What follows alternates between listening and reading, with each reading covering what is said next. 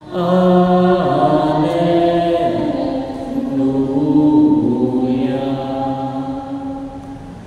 Sumainyo ang Panginoon. At sumainyo Ang mabuting balita ng Panginoon ayon kay San Marcos. papuri sa iyo, Panginoon. Noong panahon iyon, nang paalis na si Jesus, ay may isang lalaking patakbong lumapit. Lumuhod sa harapan niya at nagtanong, "Mabuting guro, ano po ang dapat kong gawin upang magkamit ng buhay na walang hanggan?" Sumagot si Jesus, "Bakit mo ako tinatawag na mabuti? Walang mabuti kundi ang Diyos. Alam mo ang mga utos, huwag kang papatay, huwag kang mangangalunya, huwag kang magnanakaw, huwag kang magsisinungaling sa iyong pagsaksi, huwag kang magdadaya, igalang mo ang iyong ama at ina." "Guro," sabi ng lalaki, "ang lahat po ng iyay tinutupad ko na mula pa sa aking pagkabata." Magiliw siyang tinitigan ni Jesus at sinabi sa kanya, "Isang bagay pa ang kulang sa iyo. Humayo ka, ipagbili mo ang iyong ari-arian at ipamigay sa mga dukha ang pinagbilhan, at magkakaroon ka ng kayamanan sa langit. Pagkatapos, bumalik ka at sumunod sa akin." Namanglaw ang lalaki nang marinig ito, at malungkot na umalis sapagkat siya'y napakayaman. Tinignan ni Jesus sa mga nasa paligid niya at sinabi sa kanyang mga alagad, "Napakahirap mapabilang ang mayayaman sa mga pinag-aarian ng Diyos." Nagtaka ang mga alagad sa pananalitang ito. Muling sinabi ni Jesus, "Mga anak, talagang napakahirap mapabilang sa mga pinag-aarian ng Diyos. Madali pang makaraan ang kamelyo sa butas ng karayo kaysa pasakop sa paghahari ng Diyos ang isang mayaman." Lalong nagtaka ang mga alagad, kaya't sila'y nagtanungan, "Kung gayoy, sino ang maliligtas?"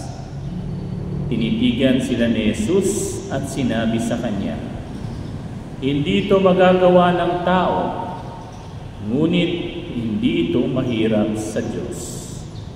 Magagawa ng Diyos ang lahat ng bagay." Ang mabuting balita ng Panginoon. Pinupuri ka namin, Panginoon Jesucristo. Magandang gabi po sa inyong lahat. Magandang gabi po sa inyong lahat. Ayan. Mukhang tingin ko hindi pa talaga kayo nag-apunan. Anyway, ilan po sa inyo, lalong-lalo na siguro doon sa ating mga nanay at lola nandito, nakarinig na nung kanta ng The Beatles. "Can't buy me love, so can't buy me love," di ba? Can't buy me love. No? Bakit ho nasabi ko itong kantang "Can't buy me love"? No? Kasi ito po yung naging dahilan para dun sa isang lalaki. Alam niyo, sa totoo lang, sa ibang gospel o sa English, ito yung tinatawag na young rich man. Isang binata na mayaman. No? At sa tingin niyo, bakit siya lumapit kay Jesus? No? Alam niyo po, sabi nga ng mga ibang nag-comment at mga scholar sa Biblia, itong lalaking binata na mayaman, nakita niya na sa sobrang yaman niya, gusto niya rin makuha ang kaharian ng Diyos. Kumbaga, ano to? All smorgasbords, kumbaga eat all you can, parang gano'n ang gusto niyang mangyari, no? So, dahil sa kanyang yaman, no, gusto niya rin makuha ang kaligtasan o kayamanan o kaharian ng Diyos, kaharian ng Diyos sa pamamagitan ng simpleng pagsunod. No? Pero alam niyo po, sinagot siya ng Panginoon. At ang sagot ng Panginoon sa kanya ay sagot din sa ating lahat. Ano po yun? Na kapag tayo ay pumili, hindi dapat doble kara. No? Hindi natin pwedeng sabihin na gusto ko ito, no? Pero gusto ko rin yun. Diba? Lalo ngayon, no? Sa ating panahon, mahilig tayo sa mga 4-in-1, 3-in-1, 2-in-1, diba? Gusto natin, pagka kinuha natin yung isang bagay, no? Gusto rin natin yung kabila, no? Kaya nga, no? Bato-bato sa langit, no? Dun sa mga may asawa na, minsan, sabi nga, may tinatawag na hindi sumakabilang buhay, kundi sumakabilang bahay. Hindi po ba? Kasi bakit? Hindi makontento sa isa. No? So, ganun din itong binatang lalaking mayaman. No? Nung sinabi sa kanya ng Panginoon, sige, no? Pero mamili ka, ang Diyos o yung kayamanan mo. Sabi nga, once you said yes, you said no to others. No? Sabi nga sa ibang parte ng Biblia, you cannot serve both God and Mammon. Hindi mo pwedeng pagsilbihan ang Diyos at pagsilbihan ang pera. Kung Diyos ang piliin mo ang Diyos all the way. No? Kung pinili mo ang pera, doon ka sa. And of course, I do not mean na hindi tayo dapat magtrabaho o kumita. No? Of course, kailangan natin ng pera, lalong-lalo na ngayon. Pambayad sa kuryente, pambayad sa tubig, sa PhilHealth, di po ba?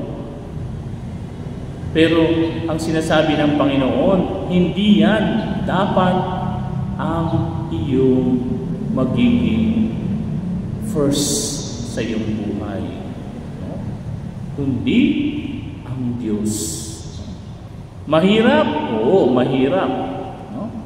Kasi kapag ka ang Diyos ang pinili mo, maraming obstacle sa buhay mo.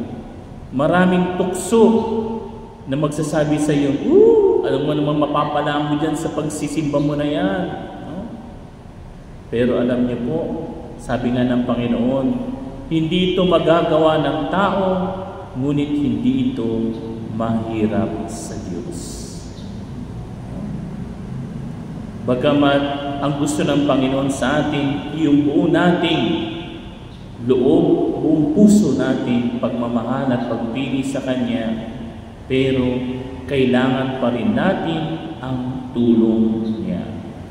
We still need the help of God. No? At yun po ang problema sa atin lahat. No? Sabi nga, marami sa atin mga manananggal Christian. Ano yung manananggal Christian? Katulad nitong lalaking mayaman. Yung kalahati Kristiyano, kalahati pagano, kalahati hindi naniniwala sa Diyos. No? Sana wag po ganito. Sana kung tayo susunod sa Panginoon, sundin natin siya all the way, 100%. Hindi 99%, hindi 98%, o kahit 99.5%, hindi. Dapat sundin natin siya 100%. Kasi hindi naman tayo makakakyat sa langit na kalahating katawan. Diba? Papasok tayo sa langit, buong buo, hindi kalahati lang. At yun ang gusto ng Panginoon sa atin. No? Kung susunod tayo sa Kanya, ibigay natin ang lahat. At huwag tayong manghinayang, mga kapatid, sa ating ibinibigay sa Panginoon. Kasi yung iba sa atin, nanghihinayang. Nanghihinayang ako. Yung oras ko dun sa simbahan, sana nagawa ko yung trabaho ko dun sa bahay. Sana naano ko pa yung aking tawag dito, nakapunta pa ako, nakapamalengke pa ako. Hindi po ba? Minsan, yun ang ating pag-iisip. No? Nasayang. No? Pero alam niyo po, tingnan po ninyo, kapag tayo ay buong buo na ibinigay natin sa Panginoon, no? Ang Diyos ang gagawa. Sabi nga, diba, God will make a way where there seems to be no way. Yung iba sa atin, no? Ang iniisip, ano kaya, no? Lulutuin ko pag-uwi ko sa bahay. No? Alam nyo, kukwentuhan ko kayo ng isang totoong kwento. No? Hindi gawa-gawa ko. No? Bilang huling, sabi nga, bilang huling parte nitong homilya ko. May isang friar, I think si Fra Juniper. No? Alam niyo po, siya ay isang nagdarasal sa kanyang sa kumbento. At nagtaka yung mga friar kasi alas 12 na. Wala pa siyang naluluto. Wala pa. Walang luto. Sabi, anong ginagawa ito ni Juniper? Ilang oras na siyang nandun sa kapilya, nagdarasal. Anong kakainin natin sa pananghalian? Alam niyo po ang nangyari? Hulaan niyo. Nang si Juniper ay matapos na magdasal, pagdating ng friar sa refectory, nagulat sila. Bakit? Ang daming pagkain. Sinong nagluto? Yun ang milagro. Tingnan niyo. Sasabihin niya, gawa ko mo yung We, brothers and sisters, we cannot outdone God in His generosity. Yung oras na binigay mo sa Kanya ngayong gabi, yung paglilingkod sa Kanya ngayong gabi, God will return it to you much better than what you left. Huwag kayong mag-alala. Don't be afraid. If you have faith, God will do the rest for you. Yan nga, no? Magagawa ng Diyos ang lahat ng bagay. Huwag nating maliitin ang Diyos. No? Let us not belittle God. Because God can do everything if we give Him all.